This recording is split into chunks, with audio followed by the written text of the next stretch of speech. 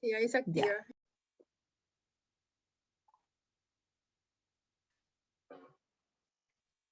Me está avisando que está grabando. Ah, están llegando alumnos. Se están Fíjate que integrando.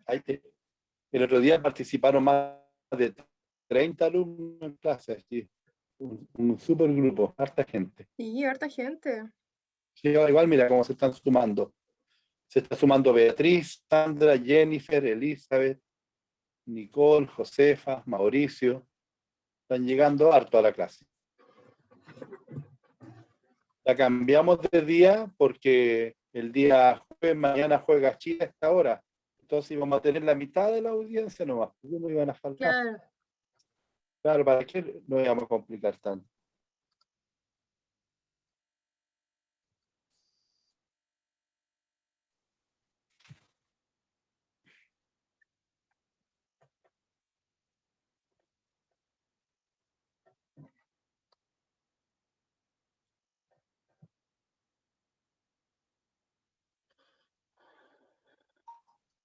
Hay dos que todavía no se conectan, pero no sé si están o no están. Elizabeth y Tabita, que sí Solo me para aparece conectará con el audio, dice, pero no sé si están oyendo ellas.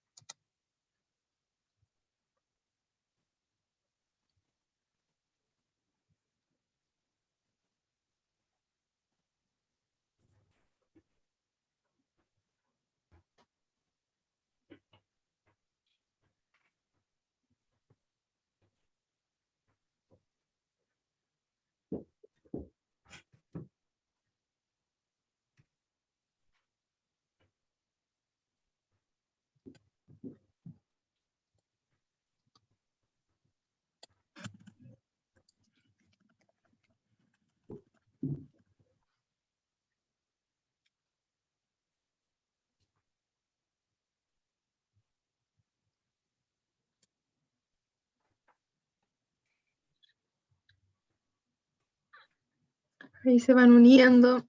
Hola a todas, a todos, y a quienes se están conectando. ¿Cómo les va? Qué gusto ver las caritas.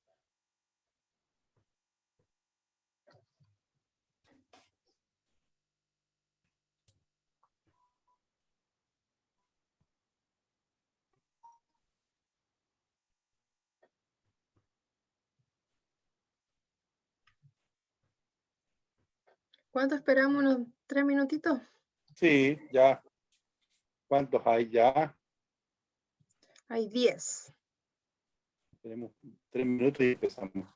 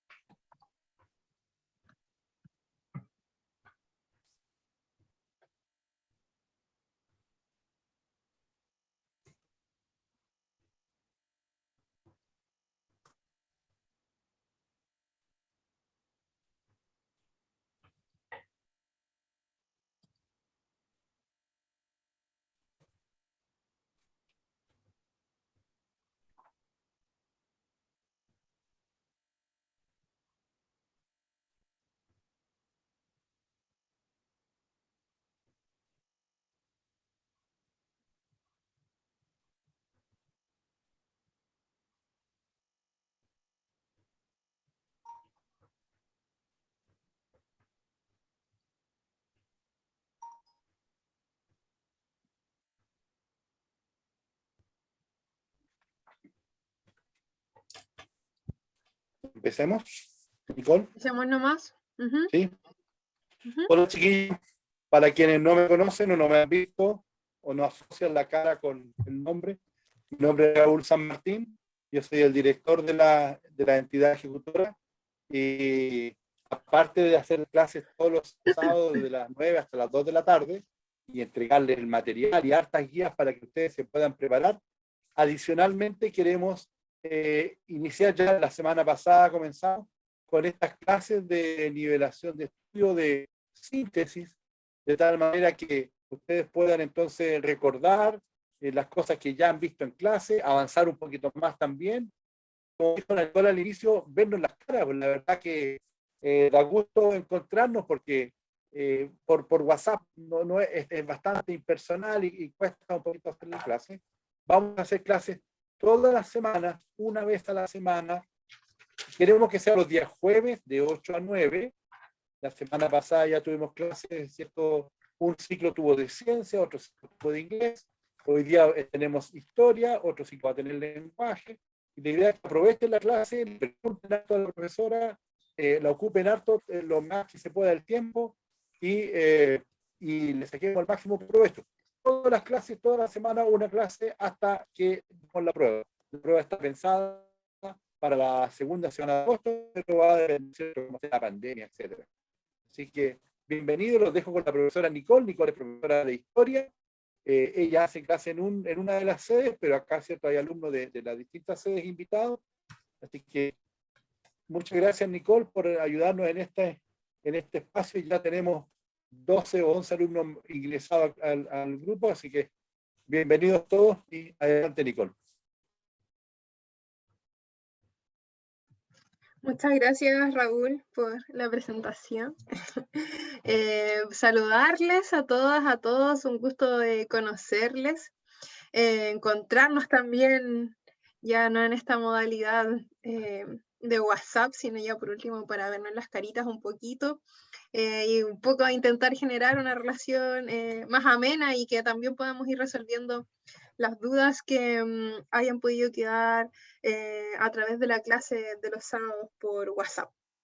La idea de estas clases, como señalaba Raúl anteriormente, era principalmente ser un apoyo a las clases normales de los sábados.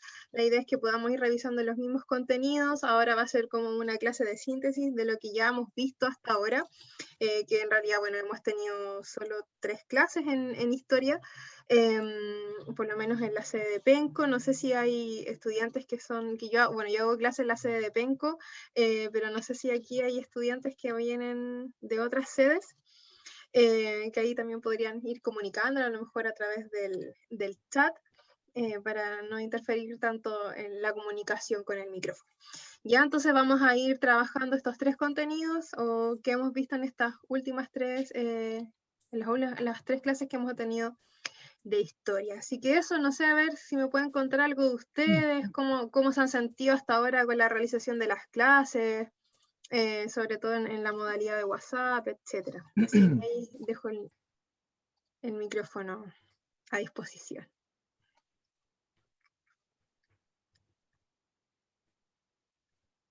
Carla Rapimán, tú eres de Tomé. Hola, Carla. Hualpén también, Hualpén, Tomé. En Hualpén está el profe Sebastiano, ¿no? Sí, profesora. Ya, Así Sandra, es. Sandra, ¿tú también eres de Hualpén? Yo soy de Hualpén, ¿sí? Ya, súper bien. Ahí vamos a estar entonces trabajando juntos. No sé si alguien más que de Dichato hay también. Wow. Bueno, lo bueno de esto de la modalidad virtual es que podemos estar en varios lugares simultáneamente, no solo en Penco o en las comunas aledañas. Ya. Bueno, contarles un poquito, yo les preparé un PowerPoint para el día de hoy, que aborda los 3 contenidos principalmente que les decía en clase. No sé si ustedes me podrían contar un poco que han trabajado, sobre todo los que no están conmigo en Penco, los de Hualpén, Tomé, que están en otras sedes, más o menos en qué van, como para ver si vamos más o menos igual, todas y todos.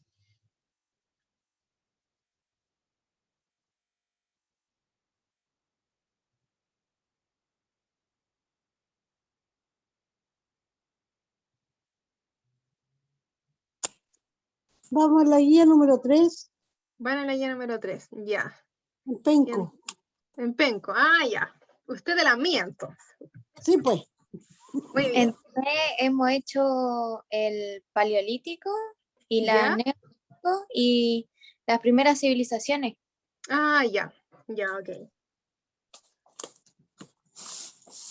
Vamos. Yo soy la abuelita del grupo. La abuelita, no, aquí somos todas iguales nomás. Por ahí Mauricio Delgado también es mío, ¿no? De Penco. Ya, la Nicole también es mía, aparece la Nicole, ¿o no? La Nicole Basaur. Sí, la Gloria Silva también, ¿o no? Bien, un gusto. Ya, súper. Entonces vamos a ir avanzando. Yo les voy a compartir un PowerPoint que hace un poco resumen, sobre todo a lo mejor los que no están en la sede de Penco, vamos a ir avanzando mucho más porque parece que hay otras sedes, la de Hualpén van un poquito más atrás y vamos a ver contenido que a lo mejor todavía ustedes no han podido trabajar en clases. Un momento que voy a estar uniendo a Catherine Concha. De todas maneras, yo este PowerPoint lo voy a enviar al grupo de WhatsApp ya de Penco y se lo voy a enviar a Raúl o a la Pauli en este caso para que lo pueda reenviar a las otras sedes ya para que ustedes lo puedan descargar por WhatsApp y todo, y sea también como una ayuda a memoria, y van a ver y también algunos ejercicios que les van a facilitar también acercarse y familiarizarse un poco también con las preguntas que se abordan en la prueba. No sé si ustedes ya rindieron el primer ciclo el año pasado con nosotras. O hay algunos que son nuevos. Por primera vez están, ya, por primera vez. Bueno, me imagino que ya les tienen que haber explicado que ustedes tienen la posibilidad de rendir rendir evaluaciones, ¿cierto? En cada una de las asignaturas, y en cada una de ellas tienen 3 oportunidades, ¿ya? Y estas evaluaciones son preguntas con alternativas. Entonces, la idea de hoy día también es que podamos practicar o ensayar cómo responder esas preguntas, ¿ya? Entonces, hoy día hice una selección de los diferentes ensayos que nosotros aplicamos en la modalidad presencial, para que los podamos desarrollar de manera conjunta. Por aquí vi una manita levantada. Dígame, Mauricio. ¿La prueba, el 100% es alternativa? ¿O hay parte también de desarrollo?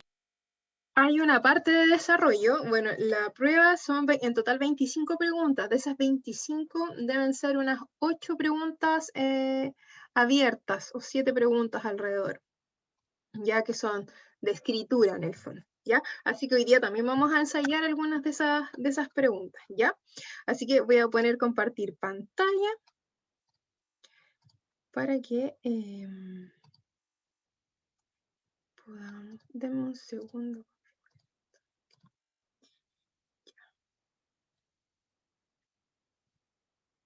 Porque parece que...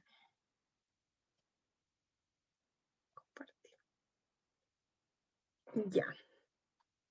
¿Pueden ver mi presentación o no? Sí, profe. ¿Sí? ¿Se ve grande? Bueno, me imagino que hay algunos que están en el celular, quizás lo van a ver un poco más pequeñito. Ya, entonces, este va a ser, como les decía, una síntesis de lo que ya hemos trabajado, por lo menos hasta donde yo voy más o menos al día en mis clases, ya que esto es la sede de Penco, ¿ya?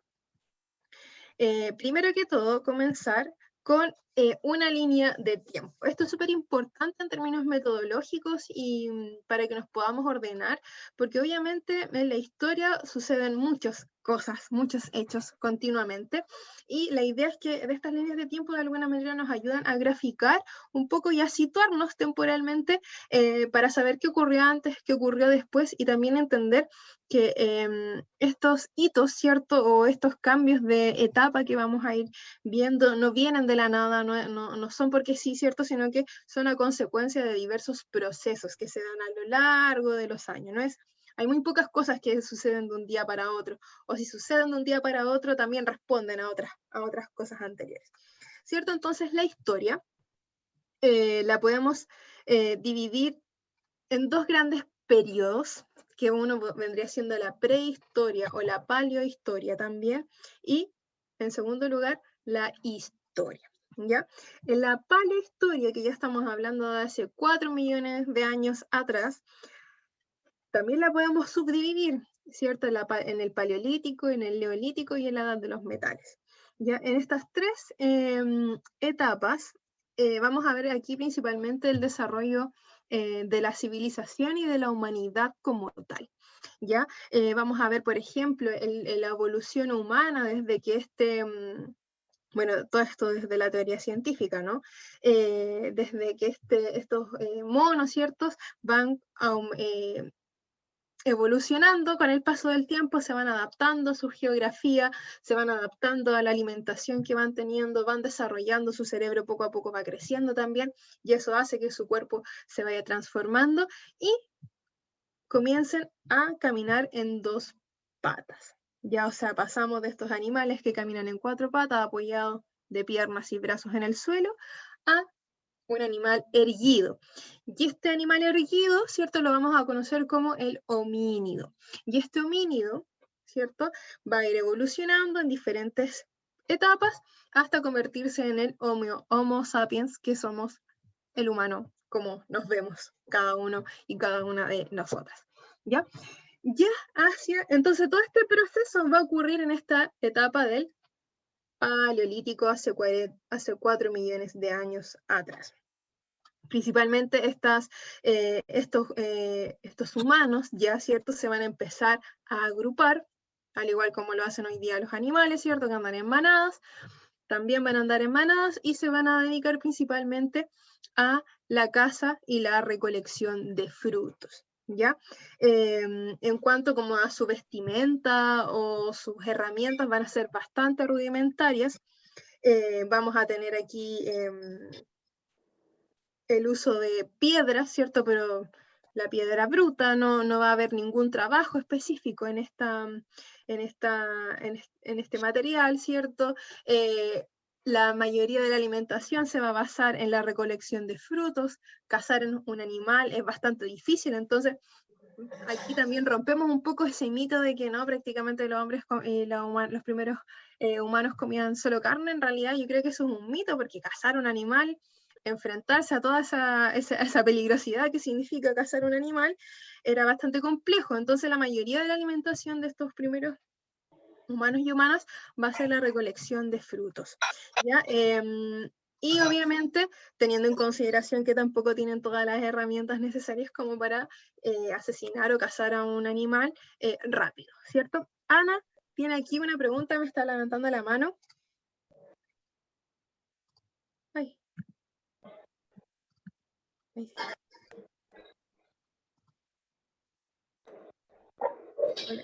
Le Eso en el preguntaba si era en el paleolítico lo que estaba hablando, que como que me distraje un poquito. Ya, sí, exactamente. Todo eso va ocurriendo en el paleolítico, O sea específicamente que en el ahí, paleolítico. o sea, primero eran cuando, a ver, que me perdí, porque el desarrollo del hombre en el paleolítico, entonces llegaron después hasta recolectores. Sí, claro, exactamente. En la primera etapa vamos a ver comunidades pequeñas de humanos, ¿cierto? Que se van trasladando, son nómades, se van moviendo de un lugar a otro buscando su alimento. Van a tener, por ejemplo, una vivienda bastante, se van a ir adecuando a las cosas disponibles en la naturaleza, van a ocupar, por ejemplo, las copas de los árboles para dormir, así evitar que ser atacados por otros animales en la noche cuando duermen, o, por ejemplo, pernoctar en cuevas, ¿cierto? O cualquier lugar o refugio natural que puedan encontrar en la geografía donde ellos habitan, ¿ya?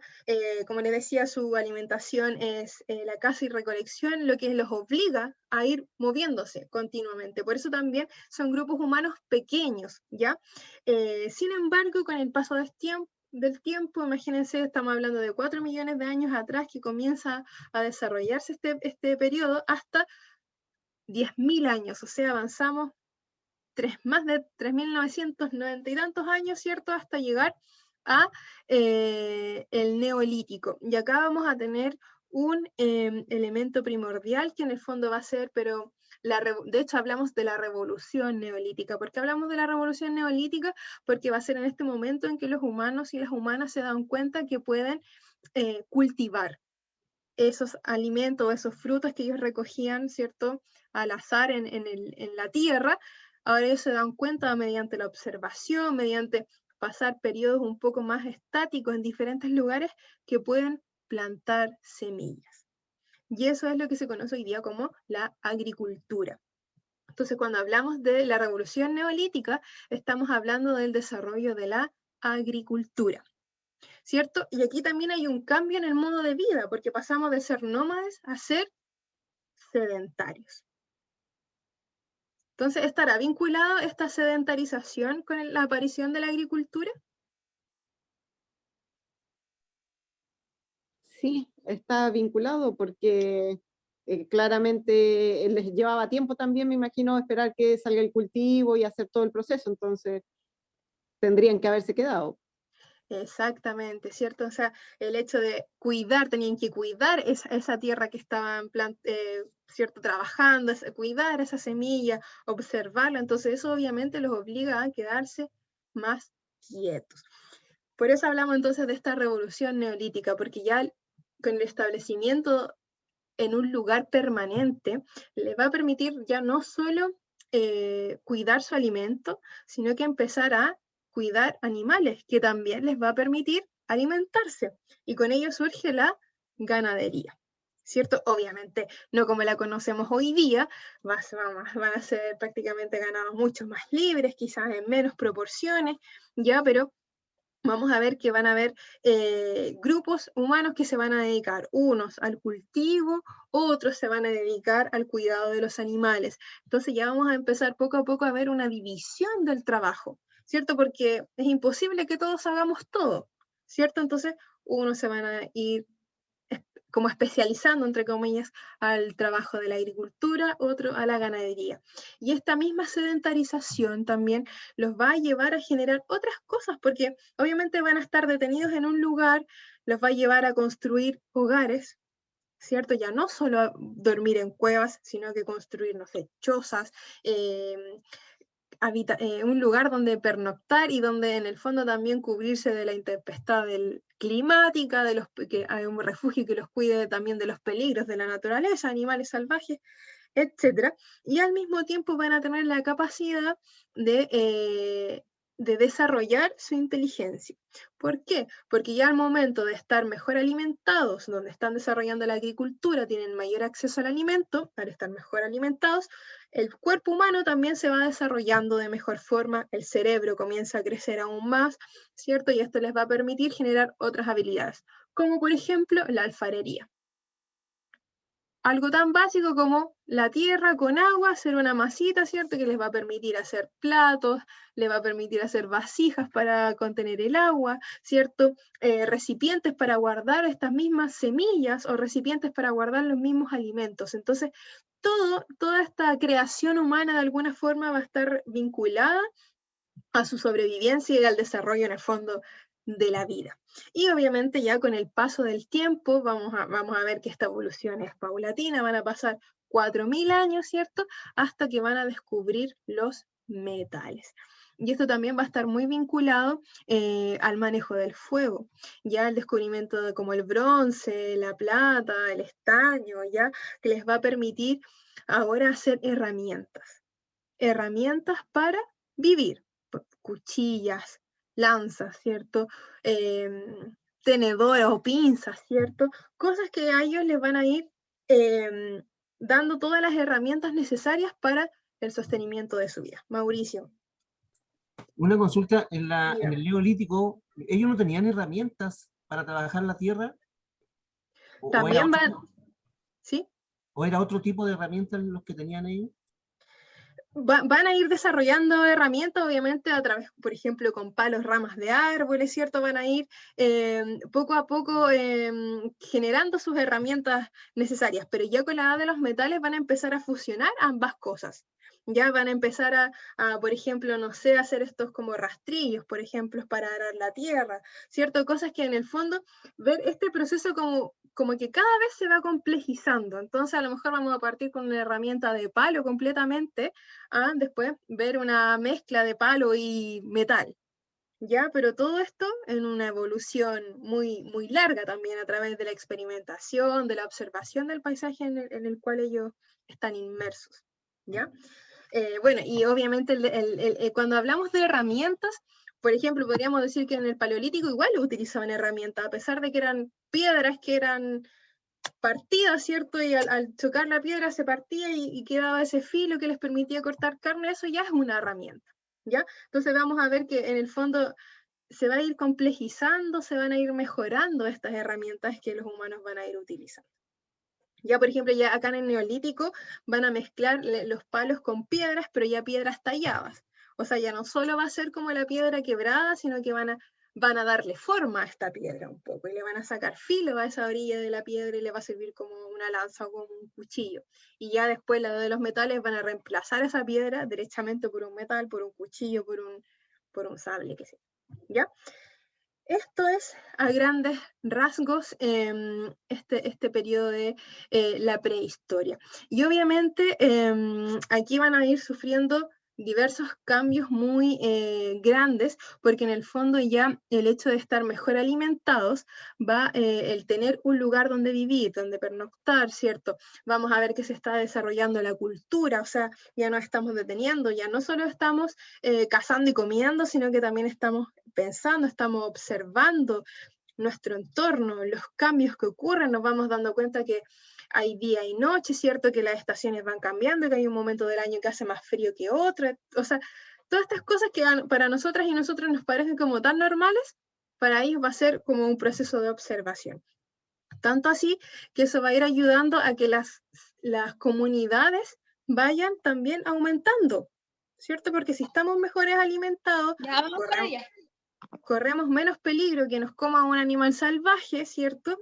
Esto va a permitir que las comunidades se vayan aumentando, vaya aumentando la población, y ya no hablemos de comunidades pequeñas o pequeños grupos, sino que ya estamos hablando de pueblos. Y eso es lo que posteriormente va a dar origen al concepto de civilización. ¿Ya? Entonces, todo este proceso, ¿cierto?, de aprendizaje del entorno va a conllevar al desarrollo de una civilización que va a tener una cultura común, que va a tener un lenguaje común, que va a tener... vamos a pedir ahí a la amiga que pueda apagar su micrófono un momentito. Para que toda esta organización se vaya complejizando más. Entonces, en el fondo, este periodo de la prehistoria va a ser como este periodo de inicio, pero al mismo tiempo como que va a sentar las bases para todo lo que va a ser posteriormente la civilización actual como la conocemos hoy día. ¿Carla? Profe, entonces la civilización se podría decir que se creó como, o se hizo en la edad de los metales. Exactamente, en la edad de los metales va a surgir la civilización ya como tal. En el Neolítico vamos a ver algunas comunidades grandes, pero ya cuando hablamos de las civilizaciones, estamos hablando ya de hace 3000 años más o menos. En el fondo es cuando aparecen los primeros asentamientos que se vinculan a ciudades. Cuando aparecen las ciudades, aparece la civilización. Y ahí eso es lo que vamos a adentrarnos poco a poco hoy día. ¿Ya? Entonces, eso como un resumen. No sé si queda alguna duda con esto. No, ninguno, sino por lo menos. No, profesora, todo claro. Ya, súper bien. Y aquí, ¿cierto? Vamos a tener un corte. ¿Y por qué hablamos de paleohistoria o de prehistoria y de historia? ¿Y por qué no hablamos solo de historia en el fondo, si es parte de lo mismo, ¿cierto? Sino más bien, vamos a ver que aquí hay un quiebre y hay un elemento importantísimo que marca un antes y un después en el fondo, que es la aparición de la escritura. ¿Ya? Antiguamente, obviamente, cómo conocemos toda esta historia de la prehistoria, restos de piedras que han encontrado los arqueólogos, ¿cierto? Dibujos en cavernas, restos de animales, ya todas esas cosas han llevado un poco a los mismos fósiles, ¿cierto? Restos humanos también han llevado a poder entender este periodo, pero no hay ninguna certeza de nada en el fondo. Son todas teorías y especulaciones de quienes se dedican a investigar esto. Pero ya desde el 3000 antes de Cristo, ¿cierto? Hasta la actualidad, desarrollamos la escritura. Y obviamente ya con el desarrollo de esto podíamos dar cuenta de un testigo un poco más fiel, ¿cierto? De lo que podría haber sido todo lo antiguo, ¿cierto? Todo aquello que no podemos conocer directamente. Entonces ya con la aparición de la escritura estamos hablando también de un cambio en la mentalidad de estos humanos en decir, bueno, estamos aquí, existimos, vivimos, nos desarrollamos y también queremos dejar como un legado, ¿cierto? O contarle a otros lo que nos está pasando, ¿ya? Quizás no necesariamente pensando en un futuro, sino quizás en sus mismos contemporáneos de otros lugares. Vaya a saber una, ¿cierto? Pero entonces la escritura aquí va a ser fundamental y es lo que en el fondo nos va a marcar este antes y después de considerar esta paleohistoria de la historia como tal. ¿Ya? Y ya en la historia, ¿cierto? Vamos a tener 4 grandes etapas. La Edad Antigua, que es donde vamos a ver aquí el desarrollo de las grandes civilizaciones, Grecia y Roma principalmente. Luego la Edad Media, ya que va a ser este periodo muy importante, muy vilipendiado por algunos, pero también que es muy importante porque aquí vamos a ver en el fondo las bases de la sociedad actual, ¿ya? Posteriormente nos vamos a ir a la Edad Moderna y a la Edad Contemporánea. Aquí cada etapa, ¿cierto?, ha sido delimitada por ciertos hitos o hechos que han marcado estos procesos. Por ejemplo, el fin de la Edad Antigua, lo marca la caída del Imperio Romano en el 476 después de Cristo. O sea, en la Edad Antigua nace Cristo, por ejemplo, ¿ya? Nacen los romanos, nacen los griegos, ¿ya?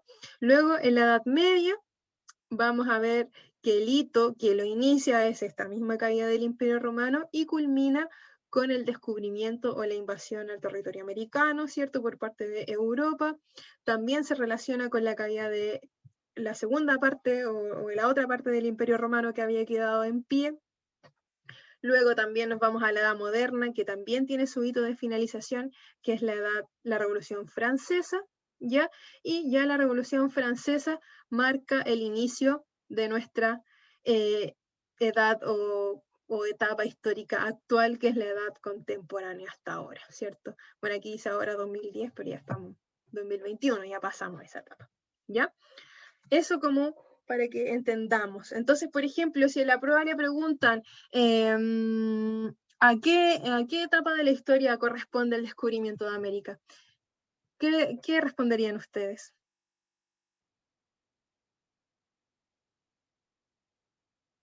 El principio de la edad. ¿A la Edad Media? Al fin de la Edad Media, ¿cierto? Es el hito que marca el fin de la Edad Media. Muy bien. O bien, bueno, ahí también va a depender o bien puede ser también una respuesta correcta el fin de la Edad Media o el inicio de la Edad Moderna, porque es un hito que marca el paso, el fin de una y el inicio de otra. Cambio. ¿Ya? ¿Estamos hasta aquí?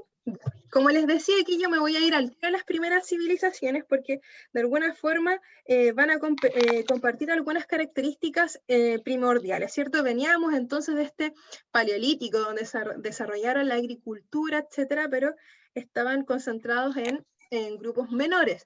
Ya el desarrollo de las civilizaciones, con el paso del tiempo, estos mismos asentamientos humanos se van a ir dando principalmente en lugares que van a estar, por ejemplo, cercanos a ríos. Ya ustedes saben que el agua dulce es fundamental para el desarrollo de la vida, ya por lo tanto todos los asentamientos y de hecho si nos fijamos también hoy día en nuestro país, las principales ciudades están siempre cercanas a los diferentes ríos. ¿Ya? Y al estar cercano a estos ríos vamos a tener disponible también valles fértiles o tierras fértiles que nos permitan cultivar. También vamos a estar cerca a océanos o mares, ¿ya? Y obviamente en el fondo siempre está la disponibilidad del recurso hídrico, o sea, hablamos de civilización, agua, o sea, es algo que tiene que estar sí o sí para el mantenimiento de la vida, ¿ya? Acá tenemos donde hay registro de la aparición de las ciudades más antiguas, que alrededor de 3.600 años atrás, en lo que se conoce como la zona del creciente medio o del creciente fértil, aquí en Medio Oriente. Hacia acá está Europa, hacia la izquierda, y hacia la derecha es el inicio de todo el continente asiático, ¿cierto? Y aquí vamos a tener Siria, actualmente Palestina, ¿cierto? Egipto también, y aquí vamos a ver el inicio de dos grandes civilizaciones, que va a ser la civilización egipcia y la civilización de Mesopotamia, que en el fondo son donde hay registros más antiguos de aparición de ciudades, ¿ya? Y de civilización. ¿Qué otras civilizaciones se dieron en el mundo? Tenemos la civilización, aquí está esta creciente, perdón, acá, este creciente fértil que les mencioné en la imagen anterior para que se ubiquen en el plano más grande, ¿cierto? Que aquí en el fondo entre el límite entre Europa, África y Asia, ¿ya? Y vamos a encontrar en el mundo aztecas, mayas, incas, aquí en el continente americano, grandes civilizaciones también.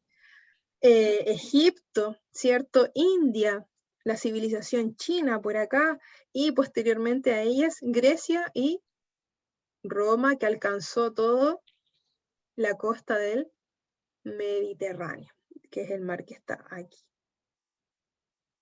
¿Ya? Un elemento importante también de las civilizaciones en manos o en el lenguaje de algunos antropólogos ha sido, por ejemplo, que fue decir en el fondo ya ¿cuál es el cambio? ¿Qué es lo que nos permite decir que estamos hablando de una civilización y no de un pueblo? Y una antropóloga decía que un elemento primordial para definir lo que era una civilización era el haber encontrado un fémur que se había quebrado, que en el fondo se había recuperado de esa fractura. Ustedes saben que el fémur es el hueso más largo que de nuestro cuerpo humano, el hueso del muslo, que es un hueso además muy grueso, por lo tanto que requiere mucho tiempo también para repararlo, ¿cierto? Requiere cuidados especiales para que esta fractura sane bien. Entonces ya el hecho de haber encontrado una fractura de ese tipo recuperada, porque obviamente una fractura es diferente a un hueso normal, es indicio de que esa persona que se fracturó tuvo asistencia médica, tuvo una persona que fuera capaz de darle cuidado, darle alimentación, de darle agua, ¿cierto? Que en el fondo evitar que esa persona muriera. ¿Ya? Entonces, para algunos antropólogos, por ejemplo, ese es un elemento que distingue de la civilización a un pueblo mucho más pequeño. ¿Ya? Elementos comunes podemos encontrar en cuanto a la aparición de las primeras civilizaciones, la organización en torno a ciudades.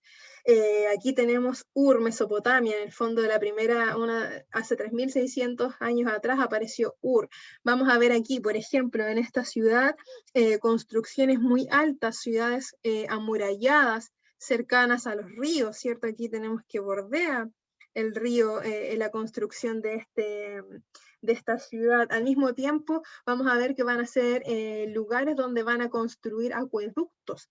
¿Qué quiere decir esto? Van a empezar a canalizar el agua para transportarla de los ríos, ¿cierto?, a las zonas de cultivo o a los mismos hogares o centros comunes para obtener el agua.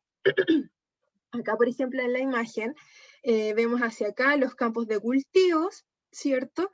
Aquí la ciudad, acá vemos estos grandes murallones que en el fondo vendrían siendo ya la ciudad como más administrativa, ¿ya?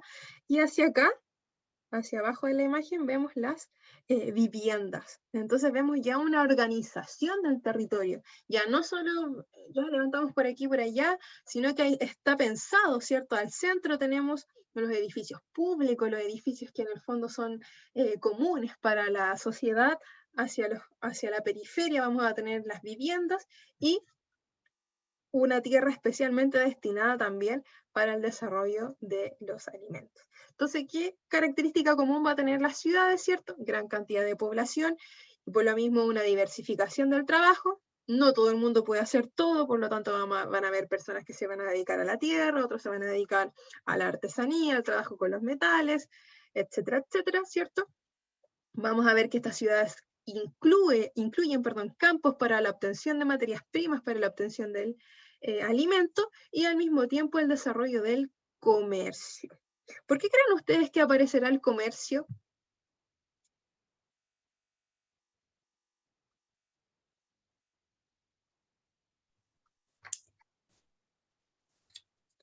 ¿Por qué aparecerá el comercio? Nosotros vamos a la feria a comprar cosas que generalmente nos faltan, ¿cierto? No tenemos acceso, ¿ya? Pero si no tenemos nada que ofrecer bueno, hoy día no funcionamos a través del dinero, pero en este caso que no existía el dinero en este tiempo, no podemos ir a buscar, ¿sí? Para hacer cambios, para hacer trueques, intercambio de mercadería. Intercambio de mercadería, ¿cierto? Y para eso necesitamos tener un excedente, es decir, algo que nos sobre, entre comillas, ¿cierto? Por ejemplo, no sé, produjimos, no sé, 10.000 kilos de lentejas, por poner un ejemplo. Y de esos 10.000 kilos, no sé, solo necesitamos 7.000 para alimentar a la población en un año, por ejemplo. O sea, tenemos 3.000 kilos de lentejas, entre comillas, que nos sobran, ¿cierto? Que no son de consumo inmediato. Eso es el excedente. Y eso es lo que va a permitir el desarrollo del comercio, porque van a ser esos excedentes los que podemos vender a otras ciudades, a otras localidades, para obtener otros recursos, ¿cierto? Que pueden ser cualquier cosa, pueden ser otras legumbres, puede ser trigo, puede ser centeno, puede ser carne, pueden ser lanas, pueden ser un montón de cosas. ¿Ya? Y eso va a permitir la movilidad y el encuentro al mismo tiempo con otros lugares, ¿cierto? Y nos vamos a ir conectando a las diferentes culturas, ¿ya? Por otra parte, una sociedad bastante estratificada. ¿Qué quiere decir esto? Estamental, ¿cierto? Hay aquí una pirámide, que hay una persona que dirige, que está arriba de la pirámide, en la cúspide.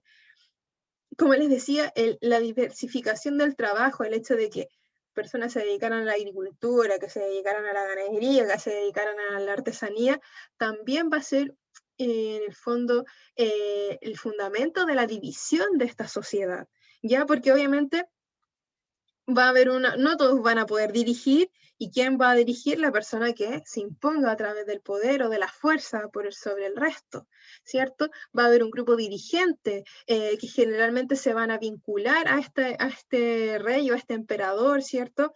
Que van a tener la concentración del poder, van a ser los altos mandos del ejército. Vamos a ver también que en esta centralización del poder va a estar muy vinculado al desarrollo espiritual o religioso.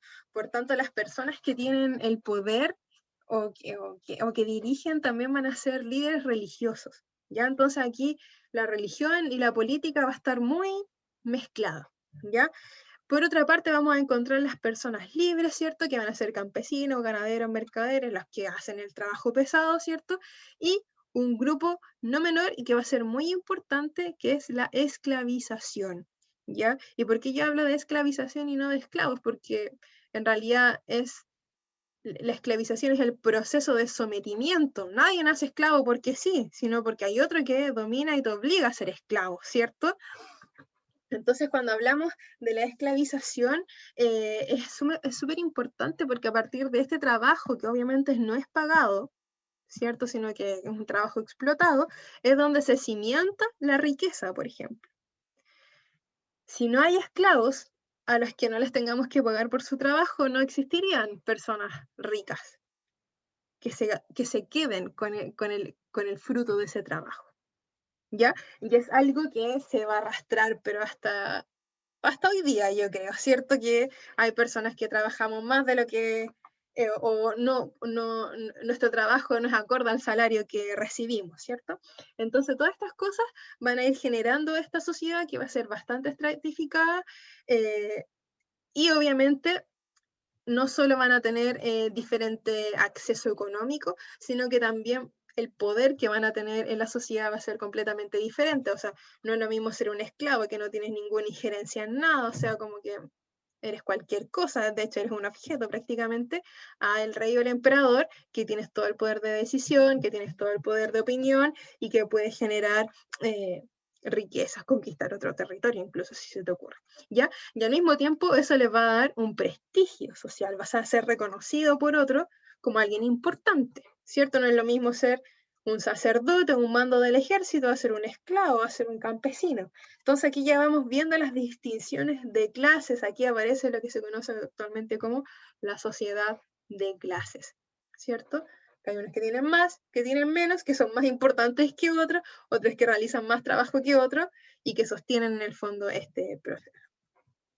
Otra característica común, el poder centralizado, es decir, hay una persona que tiene el dominio político, ¿cierto? Y que principalmente se genera, como les decía anteriormente, se vincula con el poder de la religión o de la espiritualidad, y que en el fondo, ¿y por qué se cimienta o por qué se vincula? Porque en el fondo este poder político me lo da Dios, o me lo da el Dios en el que se cree. Hoy día creemos en Cristo, ¿cierto? Pero anteriormente creíamos, por ejemplo, en el Dios del Sol. Y el emperador era descendiente, por ejemplo, en el caso de la civilización incaica del Sol, o sea, era hijo del dios Sol. Entonces, ese vínculo le daba también una especie de legitimidad a ese poder político, ¿ya?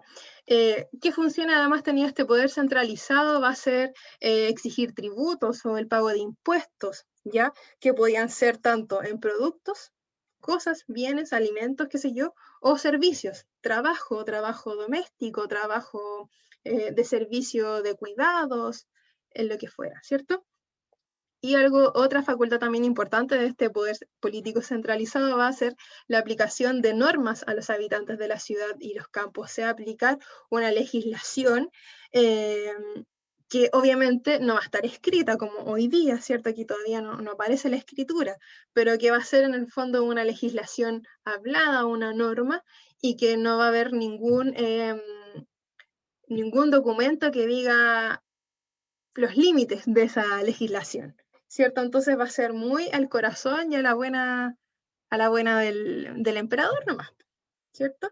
Y como sabemos, eso va a recaer muchas veces en poderes muy autoritarios, en la decapitación, asesinato por cualquier cosa, ¿ya? Otra característica también de esto va a ser el desarrollo ya paulatinamente de la escritura y que va a estar muy ligado también a la agricultura. ¿Por qué? Porque va a ser sumamente importante empezar a llevar registros de las, ¿cuánto se llama? De la producción. Ya cuántos kilos de, no sé, granos produjimos, cuántas vacas tenemos, cuántas ovejas, y eso va a ir llevando a la complejización de estos sistemas de escritura. Acá podemos ver algunos tipos de escrituras que habían en esa época, ¿cierto? Imagínense, todavía no existía ni el papel, entonces acá escribiendo en planchas de barro, ¿cierto? Haciendo dibujos, está una escritura cuneiforme de Mesopotamia, ya que son símbolos, por otra parte acá en China también, que son símbolos bastante similares, a pesar que están en lugares muy distantes, pero que van a tener este mismo objetivo, de llevar las cuentas de las cosas que tenemos y al mismo tiempo de las personas. ¿Cuántas son las personas que salen, entran, llevar el conteo de los esclavos, ¿cierto? Que nos apoderamos en diferentes lugares, etc. Y con ello, en el fondo, esto va a ser el antecesor de la escritura ya como la conocemos hoy día con un alfabeto y que podemos leer. ¿Ya? El desarrollo de la agricultura de alto rendimiento, ¿cierto? Como les decía, se comienzan a complejizar aún más las técnicas de cultivo, hay una mayor observación de los ciclos, ¿cierto? Vamos a ver que obviamente en invierno los caudales crecen, en verano descienden, hay más sequía, ¿cierto? Entonces todo se va adecuando al desarrollo de la agricultura, ¿ya? Y obviamente con el objetivo de dotar de la alimentación necesaria para toda la población. Y acá vemos, por ejemplo, algunos ríos de las diferentes civilizaciones, en este caso ya de Occidente, ¿cierto? Mesopotamias que se levantan entre el río Tigris y Éufrates, el río Indo y el río Ganges, la civilización india, el río amarillo y el río azul, la civilización china, y el río Nilo, que le da lugar a Egipto. Otro ámbito también que da la civilización, el desarrollo de la civilización va a ser la religión y el desarrollo de la ciencia, también vinculada a la matemática, la astronomía sobre todo, y la medicina también muy vinculada al entorno. O sea, vamos a ver una medicina de plantas, ¿cierto? Incluso también de sanación, muy ritualesca también, ¿ya? Y el desarrollo científico que principalmente va a estar muy vinculado a esta astronomía, a la observación de los cielos, ¿ya? Y de hecho aquí es donde van a surgir las principales teorías que posteriormente van a dar, que se van a profundizar ya hacia la época del Renacimiento, en 1500 en adelante. O sea, aquí ya de solo observar la creatividad, la imaginación de cada persona va a ser sumamente importante para el desarrollo de la ciencia. Y aquí ya con esto, ¿cierto? Y en este periodo vamos a ver entonces que damos por terminado este periodo de la edad o de la paleohistoria, o de esta prehistoria, entre comillas, que yo les decía que terminaba con la aparición de la escritura. Y la aparición de la escritura va a ser fundamental, como les decía, para ir dejando registro de nuestra historia, y es lo que ya nos va a diferenciar con el resto de las civilizaciones, que va a ser la civilización griega y romana, y que en el fondo van a ser las civilizaciones estrella, por decirlo de alguna forma, de la edad antigua. ¿Hay alguna duda hasta acá? Igual yo sé que voy súper rápido porque harto lo que nos queda, pero para ir viendo si hay algunas dudas, consultas, impresiones. Yo, profe, porfa. Entonces, Dígame. todo esto que vimos hasta ahora, hasta que terminamos con la ciencia, religión, matemáticas, astronomía o astrología y medicina, Astronomía. ya, es de la edad antigua. Es de la edad de la paleohistoria. Son los antecedentes de la edad antigua. Ahí está. Eso era, gracias. Cuando hablamos de la edad antigua ya vamos a hablar de la escritura. Ya entonces vamos a tener registros de estas civilizaciones, y principalmente de las civilizaciones que hay registros escritos es de Grecia y Roma. Y cuando hablamos de registros escritos hablamos ya de libros, de personas contando historias, ya no solo, no sé, dejando registro de las cosas que comían o las cuentas, sino que ya contando una historia, contando un hecho, un proceso que ellos hayan estado viviendo, ¿ya? Entonces vamos con eso, con la invención de la escritura, el cambio, y nos vamos a la edad antigua. Y como les decía, aquí tenemos a nuestras dos civilizaciones de estrella, que va a ser Grecia y Roma, de las cuales ambas se van a desarrollar en el continente europeo, a orillas del mar Mediterráneo. Aquí tenemos un mapa como un zoom podría decirse, ¿cierto?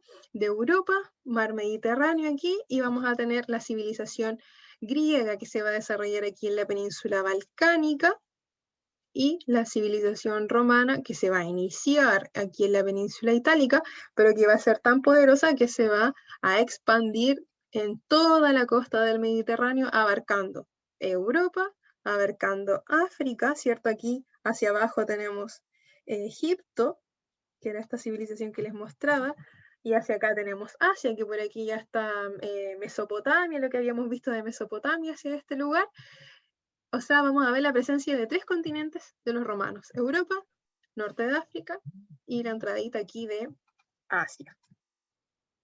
Ubicación temporal, vamos a ver que Grecia aparece 2000 años antes de Cristo. Ya vamos a ver varias etapas en el desarrollo histórico, ¿cierto? Pero concretamente vamos a ver una historia de una evolución de diversos pueblos, ¿cierto? Y que van a ser sumamente importantes, sobre todo en su aporte intelectual, el desarrollo de la filosofía, el desarrollo de la cultura teatral, por ejemplo, de la literatura también. Y su aporte, bueno, político, como les decía, en el desarrollo, por ejemplo, de la democracia. Y Grecia la vamos a ver desde el 2000 a.C., como les decía, hasta el año 146 a.C. Y aquí va a convivir de manera paralela con la aparición de Roma, hasta que finalmente Roma logra conquistar a los griegos, ¿ya? Y los incluye también en su imperio. Roma aparece en el 753 a.C. hasta el 476, que fue su periodo de máximo esplendor, ¿ya? Entonces aquí vemos como en paralelo cómo convivieron estas dos civilizaciones al mismo tiempo. ¿Convivieron cuánto? Como 500 años, ¿ya? Bueno, Grecia, como les decía, se ubica en esta península de los Balcanes. Esta península tiene unas características bastante peculiares, que van a ser muy montañosas. Aquí todo lo que se ve en amarillo son montañas, ¿ya? Eso va a llevar, por ejemplo, a que las polis o las ciudades griegas que se desarrollan en este territorio estén como alejadas unas de otras. Entonces la comunicación entre ellas no sea tan fluida. A raíz de eso es que en el ámbito político, cada una de estas ciudades es autónoma, ¿ya? Porque es tan difícil conectarse una con otra que se van a formar lo que se conoce como ciudades-estado, ¿ya? Esta península de los Balcanes está rodeada por el mar Mediterráneo hacia el sur, al mar Jónico hacia el oeste y el mar Egeo hacia el este. ¿Ya? También vamos a encontrar presencia de los griegos en Asia Menor, aquí en la entrada de Asia, que son en todas las costas de lo que hoy día podría ser Antioquía o Turquía, ¿cierto? Vamos a ver que este territorio está compuesto, aquí obviamente no se ven todas, pero hay alrededor como de 9.000 islas, o sea, hay una gran cantidad de territorio que va a estar siendo ocupado por este pueblo, que obviamente se va expandiendo. Y como les decía, la geografía va a ser una geografía bastante difícil, ¿cierto?, para la comunicación, que va a tener como consecuencia que en el ámbito político tenga que cada ciudad como autoabastecerse y autogobernarse en el fondo. No vamos a encontrar un gran imperio, sino que vamos a encontrar cada ciudad con su propio sistema de gobierno. A raíz también de su ubicación, el mar y la navegación va a ser sumamente importante tanto para la comunicación como para el intercambio de productos. Aquí la mayoría de las ciudades está en lugares muy cercanos a la costa, por lo tanto los griegos van a ser unos acérrimos marinos, ¿ya? Lo mismo va a ocurrir con Roma, por otra parte, que se va a desarrollar en la península itálica. También va a ser una zona de bastantes montañas, pero a diferencia de Grecia, van a ser montañas no tan altas que sí van a permitir la comunicación. Van a tener aquí una columna vertebral, entre comillas, que podríamos decir que es como su cordillera, pero obviamente mucho más pequeña que la nuestra, ¿ya? Y estos montes, los Apeninos, ¿cierto?, van a dar pie al desarrollo de valles muy fértiles, ¿ya? Que van a permitir también el desarrollo de la agricultura, sobre todo de trigo, aceitunas, las viñas, ¿ya? Y también ser un lugar muy propicio para el desarrollo de la ganadería, ¿ya? Y que en el fondo fueron el sustento y la base donde se desarrolla esta civilización romana, y que posteriormente le va a dar la fuerza para expandirse por todo el continente y todo el mar Mediterráneo finalmente. Y aquí ya nos vamos como a lo central, ¿cierto? Aquí vamos a heredar de Grecia y de Roma, principalmente de Grecia vamos a heredar el concepto de democracia, ya que les decía principalmente que se va a desarrollar en una de las polis que va a ser Atenas, ¿ya? el concepto de democracia etimológicamente significa gobierno del pueblo, y aquí vemos como un poco desglosada la palabra demos, que significa pueblo, y kratos, poder o gobierno. Entonces la democracia es el gobierno del pueblo y es una de las formas de gobierno que desarrolló específicamente la polis de Atenas, ya una ciudad de Grecia, no es todo Grecia, ya. De hecho, si lo comparamos con otras polis, por ejemplo Esparta, Esparta era una monarquía, ya que es como dentro de las dos, como las polis más conocidas, ¿cierto? Esparta es una monarquía, pero de los atenienses heredamos la democracia. ¿Y en qué consistía esta democracia, cierto? Que ya se comenzaba la concepción de ciudadano, de persona que vivía en una ciudad, y al momento de vivir en una ciudad tenía derecho a participar políticamente de ella, a participar de la toma de decisiones, ¿ya? A pesar de que, claro, los griegos, o en este caso los atenienses, instauran esta idea de ciudadano, que no importaba su clase social en el fondo, sí habían otros elementos que de alguna forma hacían que esta ciudadanía o esta democracia no fuera completamente inclusiva, como por ejemplo que solo las personas de cierta mayoría de edad podían participar y que tenían que ser hombres, ¿cierto? O sea, por ejemplo, solo hombres, y estos hombres además tenían que ser atenienses. Por ejemplo, si era un hombre de otro territorio, no podía ser ciudadano, ¿ya? Entonces, habían varias como requerimientos, a pesar de que todo el mundo podía participar, entre comillas, de esta democracia que tenían que cumplir. En este caso, tener una mayoría de edad, alrededor de 18, 20 años, y ser hombre, ¿ya? ¿Qué otra cosa heredamos de los griegos y de los romanos? El teatro, el desarrollo de la cultura, el amor por el conocimiento, la filosofía. Acá vamos a ver, bueno, primero los griegos en el desarrollo del teatro, ¿cierto? Y luego los romanos también toman o heredan esto de los griegos en la construcción ya de lugares específicos, en el fondo, que eran utilizados para retratar cosas de la vida cotidiana de sus civilizaciones, y específicamente sobre todo de la vida política de ellos. ¿Ya? Otro elemento o legado de estos griegos, los Juegos Olímpicos, ¿cierto? Aquí vemos algunas de las actividades como la carrera de caballos en carro, lanzamiento aquí de la bala, el atletismo, ¿cierto? Esa es como una de las primeras competiciones que se instaura en este periodo, ¿ya? Y con esto también acá vemos, por ejemplo, esta escultura que al mismo tiempo no solo nos retrata, claro, la actividad física que son capaces de desarrollar, sino que también el amor y la belleza por el cuerpo humano.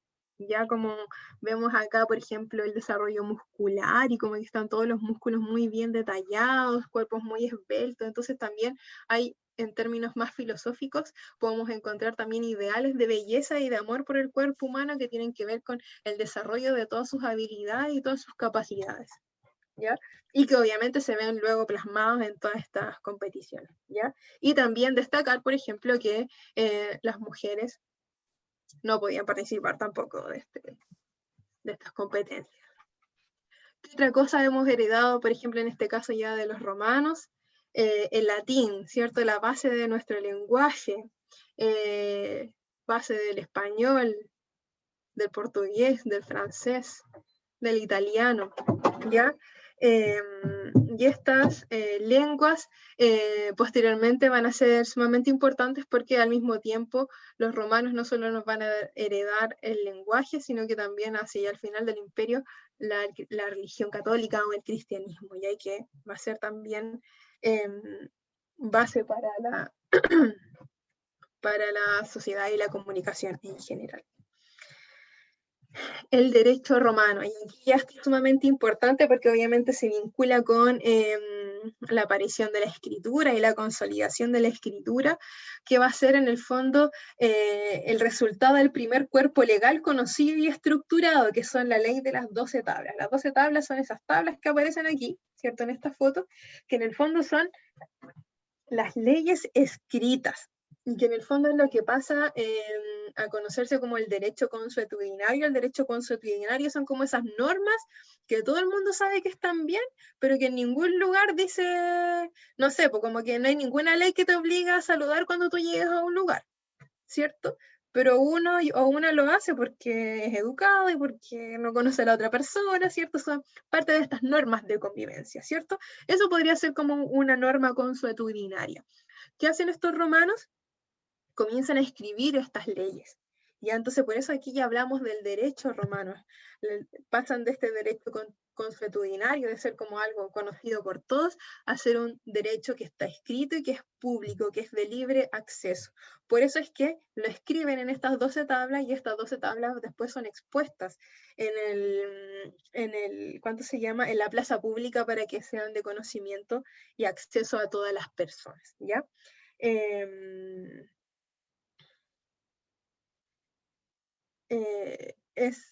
Por ejemplo, acá hay algunas palabras de Cicerón, de un filósofo romano de aquella época que dice, dice, el librito de las 12 tablas, fuente y principio de nuestras leyes, me parece por sí solo, por el peso de su autoridad y por la riqueza de su utilidad superior a todas las bibliotecas de todos los filósofos. O sea, es lo más importante, en este caso para Cicerón, del derecho, porque en el fondo aquí va a estar escrita todas las leyes y nadie va a pasar por sobre ellas, porque ahí está, ¿cierto? Antes inventaban y podían cambiar a su gusto, a su antojo, si es que a una persona le caía bien, se le caía mal, ¿cierto?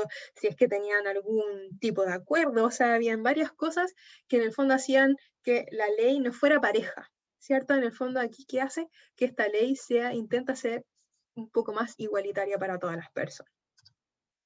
Y otros legados, bueno, aquí solo puse de la arquitectura romana, pero también podemos encontrar la arquitectura griega, ¿cierto? Los acueductos para transportar el agua, el circo, ¿cierto? Que hoy día a lo mejor lo vinculamos, por ejemplo, a lo que hoy día podría ser el club hípico, por ejemplo. Esa forma ovalada, ¿cierto? Con gradas, para observar las carreras, qué sé yo, etcétera. El foro, ¿cierto? Me imagino que todos ustedes conocen el foro de la Odeconce o las plazas públicas en general se basan en esta idea del foro que está en el centro de la ciudad, un lugar de encuentro para la ciudadanía, alrededor están los edificios públicos, ¿cierto? Ya vamos a la Plaza de Armas, a la Plaza de Penco, ¿cierto? Está la municipalidad ahí, el correo y una serie de cosas que nos ayudan a desarrollar nuestra vida actual, ¿cierto? Por otra parte, los templos, ¿cierto? Hoy día lo asemejamos a las iglesias, ¿cierto? Pero en este tiempo en general a los dioses que ellos oraban, qué sé yo. Por otra parte, las murallas, ¿cierto? Las protecciones, las fronteras, entre comillas. Ya algún lugar que delimite el espacio, que dé seguridad, y obviamente eso que necesita un ejército que proteja esas delimitaciones y que en el fondo registre ese poder también. El teatro, ¿cierto? También un edificio sumamente importante y presente en la mayoría también de nuestras ciudades actualmente. Lo mismo tanto el teatro griego como romano, las termas, ¿cierto? Los baños públicos que hoy día conocemos y el anfiteatro, ¿cierto? Que hoy día donde en aquella época se jugaban las luchas de gladiadores, que hoy día a lo mejor podríamos asemejar a los estadios, por ejemplo, por su forma circular, ¿cierto? Todas esas cosas vamos heredando de los romanos. Vamos a ver que, como les decía, esta época de esplendor llevó a que también Roma viviera diferentes procesos, entre ellas pasara de diferentes momentos históricos o incluso en su tipo de gobierno. Uno de ellos va a ser el desarrollo de la monarquía. Después de la monarquía van a vivir en una república.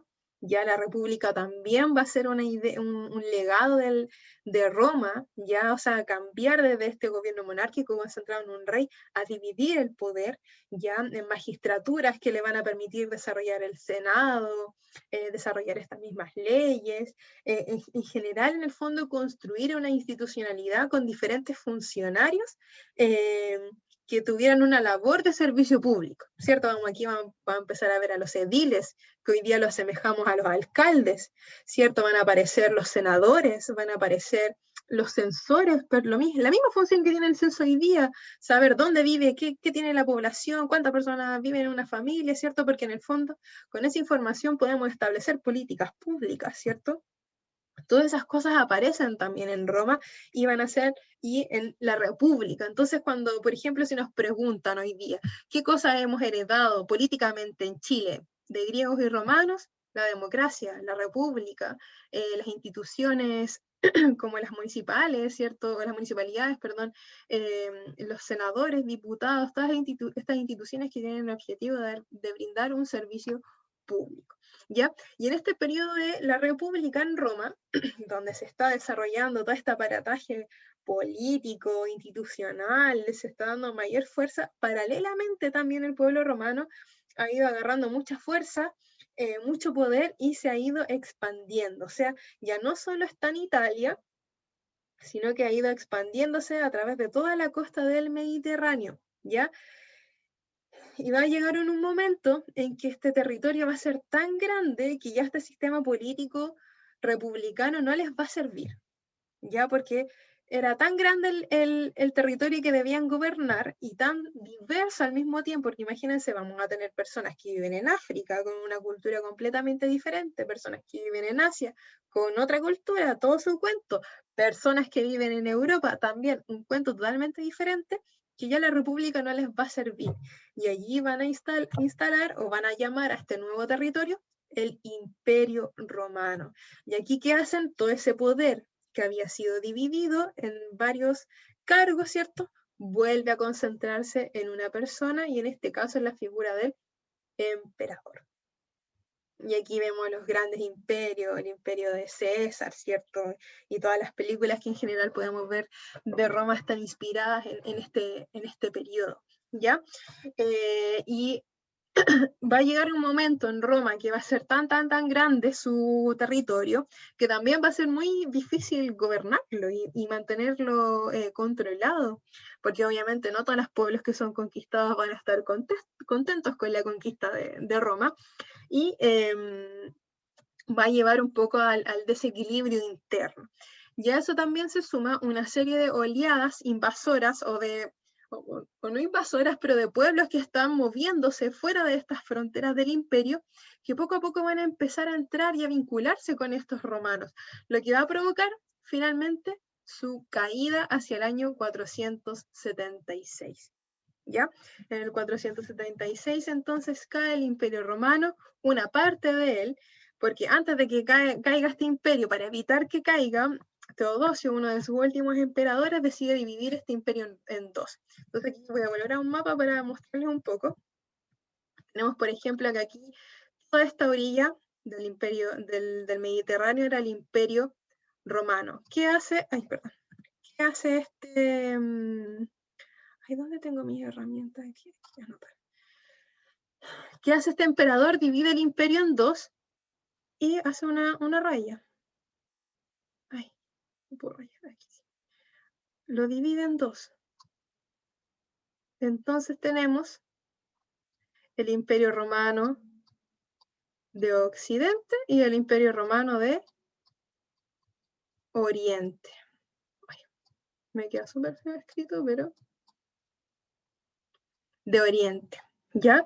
Y va a ser la parte de Occidente la que va a caer en el 476, mientras que la parte de Oriente va a quedar viva. Ya no va a estar ocupando todo este lugar, sino que más bien va a quedar como relegada a este espacio más o menos. Ya eso es lo que va a quedar vivo del Imperio Romano de Oriente, ¿ya? Todo lo demás va a caer en el 476, producto de las diversas invasiones de otros pueblos, conocidas principalmente por los pueblos germanos, ¿ya? Borrar todos los dibujos, ¿ya? Y eso es lo que va a dar inicio o término a la edad antigua y va a dar inicio a la edad moderna. Y yo creo que vamos a quedar hasta aquí porque ya mucho, ¿no? Ya son las 9:15. No sé, ¿qué dicen ustedes? ¿Seguimos o no? Igual está entrete. ¿Está entrete? Sí. Ya, la clase, profe. ya, yo puedo quedarme, no tengo problema. Sí. Ya, sigamos entonces, que es lo último nomás que nos queda. Las preguntas quizás las vamos a dejar, se las voy a dejar para ustedes, pero para que cerremos entonces la Edad Media. Entonces, como les decía, en el 476 cae el Imperio Romano, esta mitad que les decía, la mitad de Occidente. ¿Cuál es el hito que da inicio? La caída del Imperio Romano. ¿Qué características particulares va a tener la Edad Media?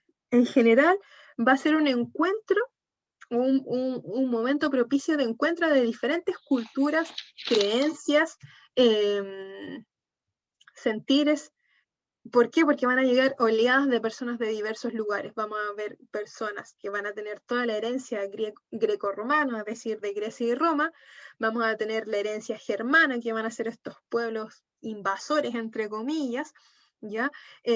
Los musulmanes también, que tienen otra concepción religiosa, y también los cristianos, que son otra de las religiones que surgen hacia finales del Imperio Romano, que fueron perseguidos por los romanos y que posteriormente después Roma lo reconoce como una religión y hasta que el emperador se termina convirtiendo al cristianismo. ¿Ya? Entonces vemos aquí la fusión y el encuentro de diversas culturas y procedencia de diferentes lugares. Por otra parte, estas invasiones o estas olas migratorias de pueblos que vienen principalmente de Asia hacia Europa, como de estos lugares, aquí me van siguiendo la flechita con el mouse, estamos aquí en Asia, vienen oleadas y se van instalando hacia esta zona, hacia la zona de Italia y así. Esto obviamente no sé si ustedes han visto la serie Vikingos, yo siempre hablo de ella. ¿Han escuchado hablar de esa serie o no? Si pueden, Sí. la pueden ver en Netflix. Ya, y Vikingos se retrata muy bien estas olas migratorias.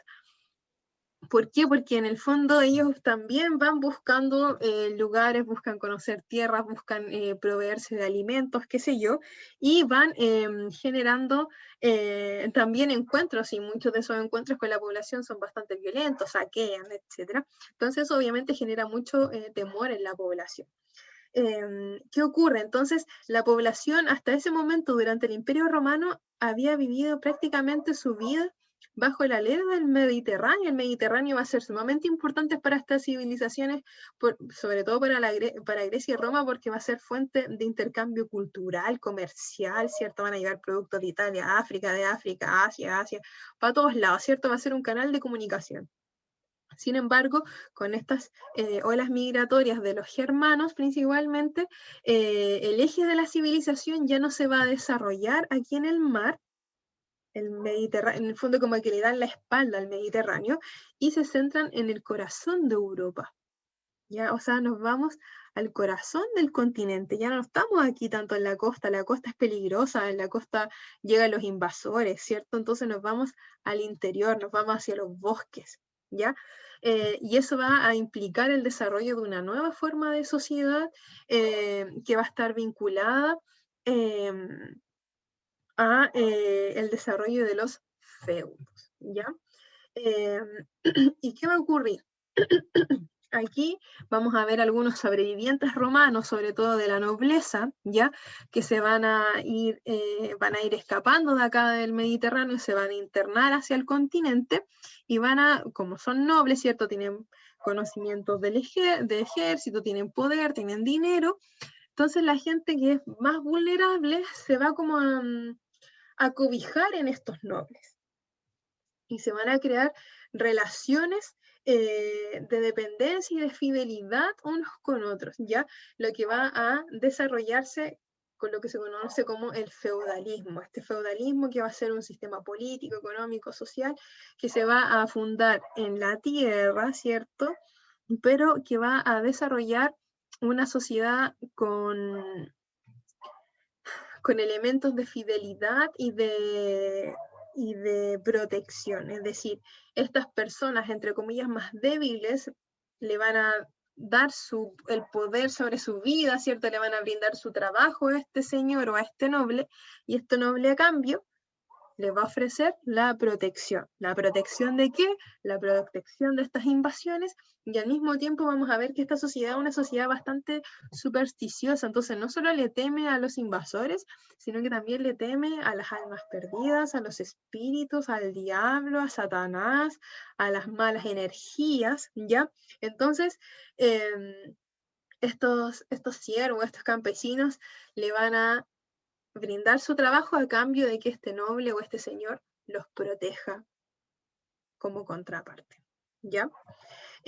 Por lo tanto, la sociedad que se va a desarrollar durante el feudalismo, durante esta Edad Media, va a cumplir quizás la misma jerarquía que anteriormente lo hemos visto tanto en las primeras civilizaciones, en la época de Grecia y Roma, ya sociedades bastante estratificadas, grupos bastante bien definidos, ¿cierto? Que provienen por su origen social, ¿cierto? Y si son ricos van a seguir siendo ricos, los campesinos van a seguir siendo campesinos, ¿cierto? Se van a dedicar más o menos a las mismas cosas, ¿ya? Pero a diferencia del periodo anterior, acá el poder va a estar descentralizado. ¿Qué quiere decir esto?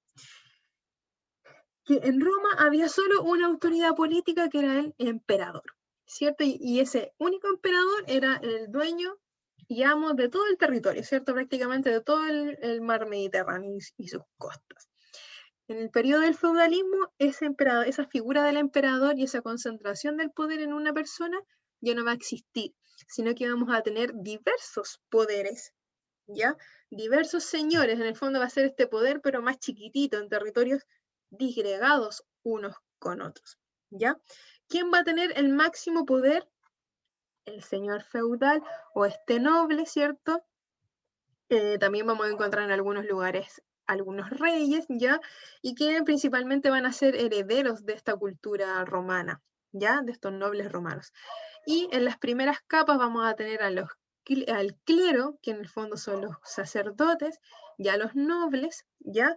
Y hacia el último lugar de esta pirámide vamos a tener a los campesinos, artesanos, a los siervos de la gleba, que principalmente van a trabajar prácticamente como esclavos, ¿ya? Que en general se encuentran en esa situación porque tienen algunas deudas, ¿cierto? Como castigo en el fondo, ¿ya? Pero vamos a ver aquí una sociedad bastante estratificada, bastante estamental, ¿ya? Entonces, no tenemos un poder único como antiguamente lo teníamos con el Imperio Romano, sino que tenemos varios poderes en diferentes lugares. Pero en estos diferentes lugares vamos a ver esta misma estructura piramidal en el fondo. Un rey a cargo, un clero, una nobleza y los campesinos y artesanos. Por ejemplo, Shrek o todas estas películas de los cuentos de princesas, ¿cierto? Retratan más o menos esta organización, ¿cierto? Estos castillos grandes, con los mansos territorios, ¿cierto? Lugares donde tienen animales, el río que corre, ¿cierto? Todos estos pequeños lugares, todos estos castillos van a ser los feudos, ¿ya? Y el feudalismo entonces va a ir apareciendo con la consolidación de estas relaciones, ¿ya? Entonces cuando hablamos de feudalismo no solo estamos hablando de una sociedad, sino que estamos hablando como de un nuevo sistema político en el que se organizó la población por aquel entonces, ¿cierto? Y que responde a este sentimiento de inseguridad por las oleadas de invasiones, a la pérdida del poder real o este poder centralizado que anteriormente estaba encarnado en la figura del emperador. Ese emperador ya no existe, ¿ya? Y por otra parte, un ámbito muy importante que va a ser, sobre todo en el ámbito económico, la ruralización. ¿Ya? Antiguamente en el Imperio Romano existían grandes ciudades, existía un gran comercio e intercambio de productos de diferentes lugares. Hacia la Edad Media y con esta pérdida y descentralización del poder, también se va a perder el comercio. El comercio va a desaparecer, ¿ya? Por lo tanto, cada feudo, ya cuando hablo del feudo estoy hablando del territorio donde, bueno, ahí lo voy a explicar, donde se va a construir este castillo y la gente va a vivir y va a vivir este señor, etcétera. Se va a dedicar al autoabastecimiento o a la autarquía también, ¿ya? Por lo tanto, cada feudo se va a preocupar de producir el alimento que ellos necesitan, no van a estar pensando en venderle a otro feudo o en vender y exportar hacia, no sé, otro continente, sino que en el fondo se preocupan por su sobrevivencia cotidiana, ¿ya? Y por otra parte, aquí señala, ¿cierto?, esta relación de vasallaje o esta relación de sumisión entre los siervos y sus señores, ¿cierto? O los vasallos, que son el señor que es lo que da protección, justicia y el feudo, es decir, como que dota de esta tierra a toda la gente, a estos campesinos para que le trabajen, ¿cierto? Y para que puedan vivir ahí, y estos campesinos, estos vasallos le dan trabajo, son fieles a él y les dan servicio, ¿cierto? Ya sea trabajando las tierras o bien como soldados en caso de que este señor lo requiera. ¿Ya? Y aquí está el feudo, ¿cierto? Este es el territorio cuando hablamos del feudo, y que en el fondo dio al origen al feudalismo, ¿cierto? Un castillo que va a ser el territorio o la casa del señor, ¿cierto? El río generalmente siempre, recordemos que siempre un poblado, lo que sea, siempre va a tener la necesidad de estar cerca de un río para poder regar sus tierras, ¿cierto? Y vamos a tener la pequeña aldea donde van a vivir la mayoría de los campesinos y habitantes de este feudo, los mansos, que van a ser las tierras de cultivo para la población de la aldea, la reserva señorial, que son las tierras para la producción de alimentos del señor, ¿cierto? Y las tierras comunales, que aquí van a ser bosques y cosas que van a ser parte del feudo, pero que no necesariamente se van a trabajar, ¿ya? Por eso, entonces aquí, solo en este territorio, es lo que se va a producir para vivir. Ya la gente, además, como les decía, es muy temerosa, por lo tanto tiene mucho miedo de salir fuera de las fronteras de este feudo, de los límites de este feudo. Ya va a ser mucha la inseguridad que va a sentir, porque en el camino tanto se pueden encontrar con espíritus como con invasores germanos. Entonces, la idea de ellos es estar aquí lo más seguro, calentito, sin que nada me pase, ¿ya? Y un ámbito importante es que aquí la base de la economía medieval va a ser la propiedad de la tierra. Entonces, en el fondo, el señor más poderoso va a ser el señor que más tierras tenga.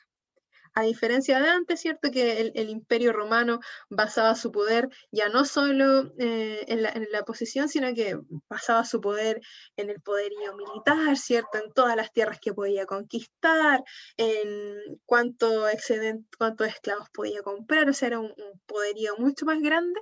Aquí este poderío se va a reducir solo a la tenencia de la tierra. Y además lo que va a ser la base de la economía, que es la tenencia de la tierra. Y aquí, como les decía, el señor que más tierras tiene es el señor más poderoso, y se acabó. ¿Ya? Y aquí vemos, ¿cierto?, las diferentes actividades que se desarrollan en estos campos, pero sosteniendo siempre esta base de la autarquía, que es la producción de los alimentos necesarios para vivir.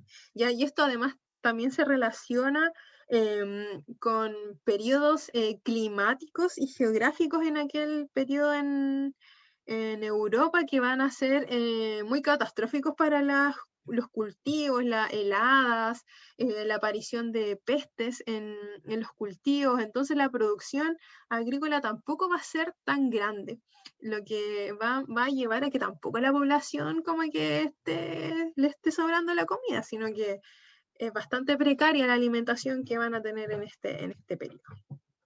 ¿Ya? Sin embargo, como les decía, este periodo de la Edad Media es bastante extenso.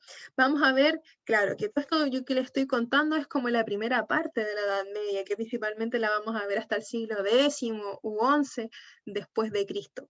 Ya hacia el siglo XI en adelante, hasta el siglo XV, que es cuando termina esta Edad Media, vamos a ver que empieza un resurgimiento de todo aquello que se había perdido. Es decir, comienzan a resurgir las ciudades, ya esta ciudad, ¿por qué? Porque se detienen las olas migratorias, ya el periodo de enfrentamiento y de tensión entre los diferentes pueblos se aquieta un poco, lo que permite que las ciudades se puedan volver a reconstruir paulatinamente, y con ello reaparezca también el comercio. Recuerden que las ciudades siempre van a ser focos de comercio porque van a albergar, generalmente se ubican en puntos estratégicos de conexión territorial, ¿cierto? Por lo tanto, van a ser puntos de encuentro también para el intercambio de los productos que traen diferentes viajeros, ¿ya? Con eso también se ve vinculado a una mejora y a una estabilidad climática y de geográfica por aquellos tiempos, que le va a permitir también mejorar la producción agrícola, ¿ya? Y con ello también lograr mayores excedentes para después poder comercializar, ¿ya? Entonces, todo poco a poco se va confabulando para que estas cosas reaparezcan. Por lo tanto, en el ámbito social, la sociedad se va a mantener igual. Sin embargo, como que se traspasa la ciudad, ahí se logran unas pocas mayores de libertad, ¿cierto? Porque en el territorio más grande hay una posibilidad mayor de moverse, quizás ya no solo me tengo que dedicar a las labores del campo, sino que a la ciudad puedo desarrollar otro tipo de labores, a lo mejor dedicarme más al comercio, acceder a otro tipo de trabajos que en el feudo, ¿ya? Pero también vamos a ver algunos catástrofes, sobre todo demográficas, que tienen que ver con las pestes, la guerra, la peste negra, que en el fondo podríamos decir que es como el COVID actual, ¿cierto? Que va a matar a prácticamente 3/4 partes de la población europea en este periodo, ¿ya? En el ámbito político vamos a ver que estos reyes que habían perdido su poder se van a ir fortaleciendo, y entre estos señores, ¿cierto? En el fondo van a ir compitiendo y van a desarrollarse un montón de guerras hasta que se comienzan a imponer por el resto, por sobre otros, ¿ya? Y en el ámbito cultural vamos a ver un mayor progreso. Aquí se empiezan a desarrollar las universidades como centros de conocimiento, donde se van a desarrollar diversas innovaciones técnicas, tecnológicas, que van a permitir también mejorar, por ejemplo, los cultivos o la medicina, ¿ya? Entonces ya la gente no se va a morir tanto. Entonces todas estas cosas van a generar una mayor resistencia para la población. Y al mismo tiempo también la iglesia se va a ir consolidando ya como en una estructura mucho mejor organizada, ya, y va a intentar ya como establecerse y va a empezar a disputar un poco el poder con los reyes, ¿ya? Eso como resumen de este periodo de la Edad Media. Y esta Edad Media va a culminar con hay dos hitos que marcan el inicio, que marcan el fin de la Edad Media. Uno de ellos va a ser la caída de esa parte del Imperio Romano que quedó ahí sobreviviendo, a medio morir saltando, ¿cierto? Esa parte de Oriente, que cae en 1453, o bien un segundo hito, que va a ser el 1492, el descubrimiento o invasión de América, ¿cierto? Por parte de los europeos. Esos son los dos hitos que marcan el fin de esta Edad Media y el inicio de la Edad Moderna. Eso, contarle hasta aquí. Harta materia vimos hoy día, ¿eh? Sí, igual fue harta. ¿Cómo quedaron? Pero Mareados. es un Quedaron resumen. mareados. Se entendió. Estuvo bueno el resumen. Se Sí, agradece, estuvo profe. entretenido. Súper bueno el resumen en realidad. Qué bueno. Miren, acá les voy a mostrar aquí rápidamente. Yo les dejé algunas preguntas referentes a lo que vimos recién. Son preguntas de ensayos y preguntas que han aparecido también en las pruebas que ustedes tienen que rendir, así que es importante también que las revisen, ¿ya? Acá está la pregunta y está la alternativa correcta, ¿ya? Entonces ahí ustedes solo tienen que ojalá hacerla sin delante de la respuesta correcta, para que ustedes se vayan midiendo también. La idea era que lo hubiésemos podido desarrollar en clases, pero era tanta cosa que no nos dio el tiempo. Que no alcanzamos. ¿Ya?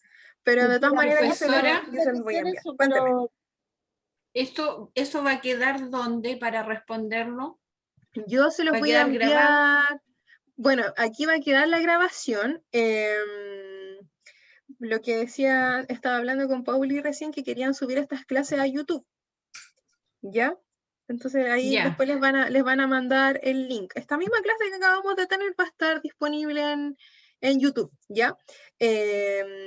Bueno, y de todas formas el PowerPoint yo se los voy a enviar al grupo y se lo voy a enviar a Paulina también para que ella lo pueda enviar a las otras sedes, porque yo solo puedo acceder al chat de Penco, porque yo soy oficialmente la profe de Penco.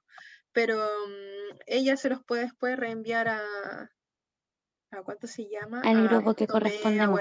exactamente, a donde les corresponde. Muchísimas ¿Ya? gracias, profe, porque, por ejemplo, yo no había podido oír las clases porque estoy trabajando bastante, entonces se agradece muchísimo el tiempo y todo. De nada, pues. Mientras, me alegra también que se hayan podido conectar hoy día. Sé que también conectarse por Zoom es mucho más complicado, requiere un poco más de inversión de tiempo y de tecnología. Y me alegro que se le hayan aclarado algunas dudas también para aquellos que no habían Pero estado en son clase. mejores las clases así. Sí, de todas maneras. Bueno, señorita, Mejor que el chat. el otro día se hizo un Mejor Sí, que el mejor chat. que el chat. súper Es bueno. más entretenido escuchar. Me alegro. Bueno, Además vamos a que seguir uno va haciendo viendo estas las clases. Uno va viendo las imágenes y se va quedando como más claro todo, porque no es lo mismo que el chat. Sí, pues, de todas maneras sí es. Pero bueno, ahí estamos haciendo lo que se puede igual. Ya, Sí, pues se agradece.